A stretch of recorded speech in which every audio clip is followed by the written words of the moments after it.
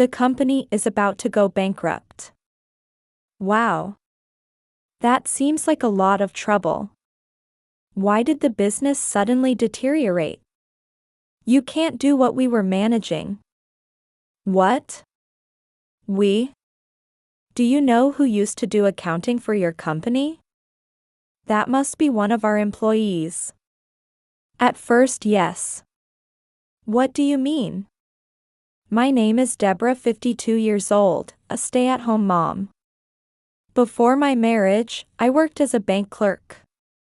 I live with my husband, mother-in-law, and 3 lovely daughters. Because I got married at a young age, my eldest daughter is already grown up and working as a member of society, and my second and third daughters are attending college. My husband, Nigel, runs the company he inherited from his father, who has passed away. During the relationship, he was a very kind and good person, but as soon as we got married, he changed into a different person. Well, this was his real nature. It must have been about 3 months since we got married. Hey, I told you to iron my shirt. I'm sorry, I can't move as much as I want because of morning sickness. Listen, pregnancy is not a disease, don't be naive. I'll do it right away. You're a bad wife. Soon after I got married, I found out that I was pregnant, and I had severe morning sickness and could not do my housework functionally. Instead of worrying about me, Nigel began to curse me as a bad wife who didn't do housework. My mother-in-law, who lived with us from around that time, was very quiet and did not talk much, and obeys his son Nigel. She didn't care about me, and even when I was being taunted, she turned a blind eye as she was frightened. Mom, you spoil her, so she's such a sloppy daughter-in-law. Oh, yes, Deborah, please do your housework more thoroughly. Yes. I'm sorry. In this vein, Nigel points it out, and my mother-in-law does as she is told, and the conversation goes on almost every day. Even after giving birth to our first daughter, Nigel's moral harassment did not stop and in fact got worse. Later, when I was pregnant with my second and third daughters, even when I was having morning sickness or when my stomach was too big to move, he made me do housework and carry heavy things without worrying about me and told me not to make excuses because of my pregnancy. Especially when I was in a bad mood, things were thrown at me. I thought about divorce many times because this kind of marriage was too painful, but it was difficult to raise 3 small children alone while working.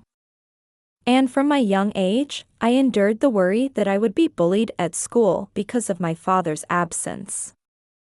And now that the children are grown, my husband wanted a son for the purpose of inheriting him, but all of our children are daughters.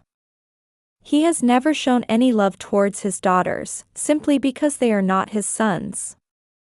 And he complains about his daughters' lives. Hey, did you buy new clothes again? I bought it by earning my own part-time job. If you can afford it, put money in the house. At this age, college students must want to be fashionable, so let them do whatever they want. Shut up. Don't criticize me even though you are unemployed. I've said it many times, but I'm a home-based worker, I'm not unemployed, and I have a lot of money in my house. What a home-based worker, a really sassy girl who tries to round it up with modern words. The eldest daughter, Audrey, works at home in the IT field. She puts more than enough money to live on the house, and she is the exact opposite of me, who can't argue with Nigel, and is a very family-oriented and responsible daughter who can express her opinions clearly. Nigel does not approve of his eldest daughter, who is a firm person, nor of his second and third daughters, who study seriously for their dreams. My daughters have hated Nigel for as long as they can remember. Nigel's daughters complained not only about this, but also about wearing makeup, going out with friends, playing without work, etc. He treated his daughters the same way he treated me. Nigel's attitude towards his mother is the same as ever. Mom, don't shut up and say something. I'm the only one who notices the sloppiness of the family. You guys have to take care of your money. My mother-in-law is the type of person who would rather watch over me when Nigel isn't around, so to be honest, her relationship with me and my daughters isn't actually bad. At the beginning of my marriage, I was annoyed by my mother-in-law's attitude that did not simmer, but I have lived with her for many years and now I understand. It is painful to see the appearance of a mother-in-law who is hit hard even by her own son. It happened one morning. At breakfast time, the whole family was sitting at the table. However, Nigel's mood was particularly bad today. Hey, what is this soup? It doesn't taste like anything, does it? Your blood pressure was a little high in the results of your previous checkup, so I cut back on salt. Don't talk back to me. Your mother is thinking about your health, but you can't say things like that. Don't interfere, you little unemployed girl. Saying this, Nigel became angry and threw the whole bowl of soup away. Then, the bowl flew towards Audrey, hit the bowl on her forehead, and she was also covered up with the soup. Audrey. I immediately took Audrey to the hospital. Fortunately, there were no scratches or burns, and I was given some ointment just in case, but I was angry like never before against Nigel. After returning home from the hospital. Sister, are you okay? You won't leave any scars on your face, right? The doctor said you'll be fine, so don't worry. Nigel looked really bad when his sisters were worried about Audrey, but he said something unbelievable to Audrey too. It's your fault that you didn't avoid it. I was taken aback by his words. That's enough. What? I'm over my limit, divorce me. Oh yes, I've had enough of your bad food. We divorce. And I confronted Nigel with the divorce papers that I had filled in only my part. Sign these divorce papers now. Okay, but there's no way you, a housewife, can survive a divorce. Just do your best. I don't know, it's going to be tough for you, but good luck. Huh? Nigel signed the divorce papers on the spot. Oh, yes, I'm sorry, but you can take the 3 brats, and I'll get the car at home as a consolation fee. It's alimony. Yes, I know. A few days later, my daughters and I decided to pack up and head back to my parents' house. Until now, I have been able to endure violence against myself because all I have to do is put up with it. However, this time, my patience exceeded the limit due to the damage done to my daughter, and I finally decided to divorce. When I returned to my parents' house, my father and mother greeted me warmly. I hadn't told my parents anything about my current situation since I got married, so they wouldn't worry about it, but it wasn't until I got back that I told them everything about my current situation and what happened this time. My parents asked me in a slightly stronger tone why I hadn't come back sooner, but they often comforted me by saying that I had put up with it so far. For the first time in a long time, I was relieved from the bottom of my heart and shed tears. A few hours have passed since I returned home. Mom, I'm sorry we just moved in, but is it okay to take now? It's okay, what's wrong? Actually, it's about my job, but I'm thinking of quitting working from home. So you mean? It's just as you imagine. The current situation with Dad was really difficult, but now that we're living with the parents, I think it's a good time. I don't have anything to do with that house anymore, so you can do whatever you want, Audrey. Yes, he's a father like that, and I wanted to talk to his mom about it. For a few days before returning to my parents' house, I was busy filing divorce papers and moving work, but I was relieved to hear positive stories about Audrey's work. 3 months after returning to my parents' house, I started working from home using the qualifications I had acquired by studying diligently when I was a full-time housewife.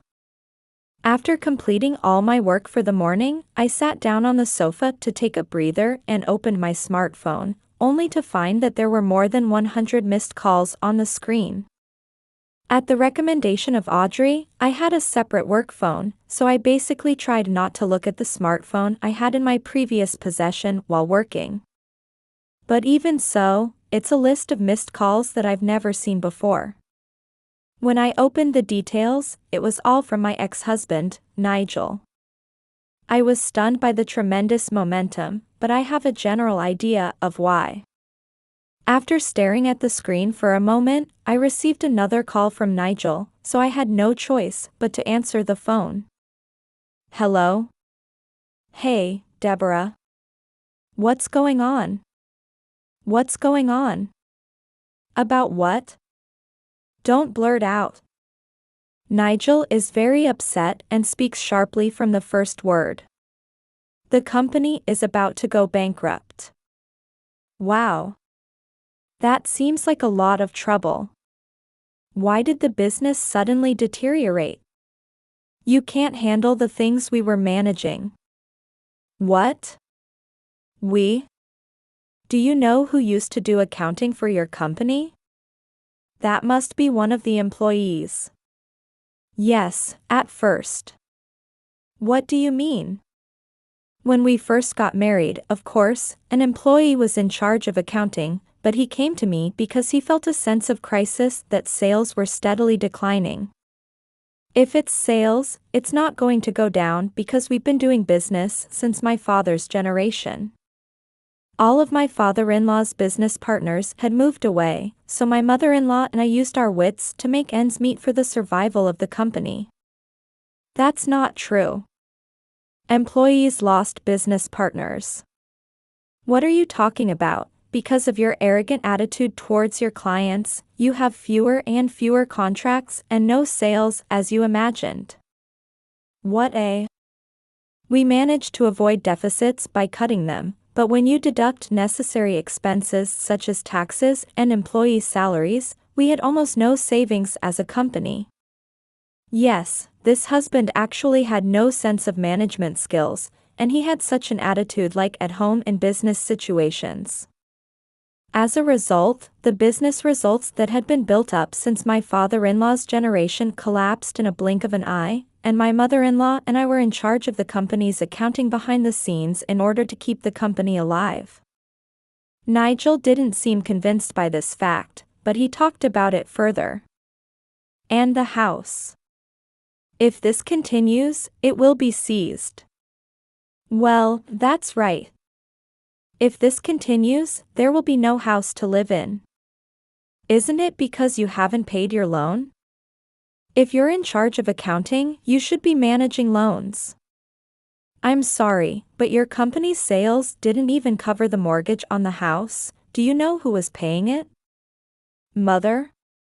It's Audrey that you treated as unemployed. What? I don't think you listened to what we told, but Audrey is a business owner. That can't be true. She's just a woman. Oh, there are a lot of female managers in the world now. That's not a big deal anyway. Audrey started a venture after graduating from college, and she wanted to have an office because of her good performance from the first year, but when she heard about the loan, she gave up and registered her house as an office and paid the loan on your behalf. Then why is it suddenly seized? Now that you've moved out, the house is no longer an office, and Audrey isn't paying for it anymore.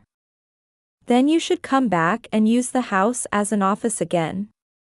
I'm sorry, but Audrey has already rented a nice office for herself and is not working from home now. What the hell are you doing? It's selfish. It's a company that Audrey started on her own, so it's natural to like it, right? She should have talked to me. You've had your daughter take care of your loans for years, and you can't say that. I'm their father. Now repay me for raising me. Nigel continues to be half frantic and bullish, but he is desperate to get help. After this, the content of the story became more and more incoherent. Then let Audrey take over my company and rebuild it, and let that company and 2 sisters do it. They both have dreams of being doctors and lawyers, and they've both already passed the national exam, so don't get the daughters involved in weird things. Don't give me orders even though you're a housewife. I'm working now. Huh? I used my experience as an accountant for your company and as a bank clerk to become a certified financial planner. What the hell? Roughly speaking, I'm a money professional, and now I'm working as a money consultant, and in a way, it's because of you that I'm where I am today. It's not so serious anyway, huh? I don't care if you think so, I don't have a reason to explain it to you. You've gotten a lot better. We're not going to help you anyway. I hurriedly hung up the phone and didn't hear from Nigel for the next few days. But a week later, I got another call from Nigel. Hey, when are you going to pay the loan? It's in your name, so you should pay for it. I got this house as alimony from you, so you should pay the loan as well. That's what you said on your own, and it's not my fault to pay you alimony in the first place. You ruined my family. Oh, that's you, isn't it? What? You had an affair with a woman who had a business partner, didn't you? How the hell do you know that? The woman's husband seems to be very angry, so please do your best to pay alimony. I started noticing his affair right after the divorce. To be honest, I was tired of my life so far, and I didn't want it to be a long-term battle like a muddy divorce drama with Nigel, so I wasn't going to claim alimony. However, the other party's husband was very upset, and he contacted me to confirm the facts. I told him that my husband was already divorced and that I didn't plan to sue him, but that he could do whatever he wanted.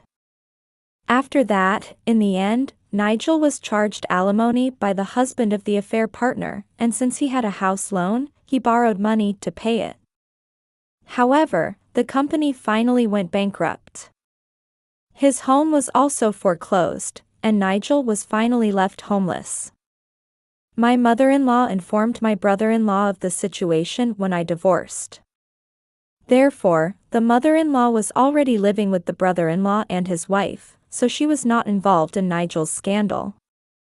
In fact, my mother-in-law was also severely harassed by my father-in-law. Nigel grew up exactly like his father, and he had the same attitude towards us that his father did. Although mother-in-law was hurt by Nigel's terrible treatment, she tried to support Nigel no matter how badly he was treated because he was still her own son. However, at the time of his divorce from me, my mother-in-law also reached her limit. The brother-in-law, on the other hand, grew up to be the opposite of Nigel, and always cared about his mother, who lived far away. My brother-in-law and his wife had been talking to their mother to live together, but Nigel wouldn't allow it. Probably for her inheritance. However, after this, Nigel's plan completely collapsed. My mother-in-law continued to keep in touch. At that time, I heard about the exchange with Nigel that I heard from my mother-in-law. Mother, help me. My house has been taken and I'm in debt. That's how it is. Mom, you have a lot of Dad's inheritance, give it to me. Nigel, I'm sorry. Dad's inheritance has already been given to your brother and his wife and grandchildren during his lifetime. What? You're my child that I gave birth to with pain, and I didn't want to abandon you, but your attitude is so terrible that I don't think you're my son anymore. Oh my God. Nigel thought that he could get over the situation relying on his mother's inheritance, but in the end, she had been giving gifts to his brother's family and daughters during his lifetime, so the company was the only thing left for Nigel. Nigel was also declared insulated by his mother-in-law, who was his last resort, and he was completely unable to turn his head. Finally, Nigel's company went bankrupt. After that, he worked part-time at a factory, and while he was busy paying off his debts, he now lives alone in his apartment. I, on the other hand, live happily at home with my parents and daughters. In the spring, the second daughter will finally begin her life as a resident doctor, and the third daughter will begin her life as a rookie lawyer. The eldest daughter, Audrey, also has her own office, which she has longed for, and the number of employees is increasing, and the business is growing more and more. Mom, it's crazy that you work in such a nice office. I owe it to my mom and grandma that I was able to make it this far. What? Mom, you were working hard to get the company back on track, weren't you? Yes, it was really hard at that time. When I saw that, I decided to become a person who could work hard for my family, so I started the company. That's how you looked at me. Also, it was also to get back at my father, who had such a masculine and feminine mindset. I see, but it's not easy to make a company this big. Did you have a better sense of management than your father? That's going to be Audrey no matter how you look at it. I've put a lot of hardship on my daughters, but they've all grown up to be very caring, and thanks to them that I've been able to endure this much. My own work has also taken off, and I am now able to earn more than my salary when I was a bank employee, and I am living a life without inconvenience. When I was married to Nigel, I was cutting back on my living expenses, and I couldn't buy anything I liked for a long time, and I wasn't allowed to shop or go out freely in the first place. Of course, I still try not to spend too much, but having money and time at my disposal still enriches my life. I continue to interact with my mother-in-law, and she lives peacefully with my brother-in-law and his wife.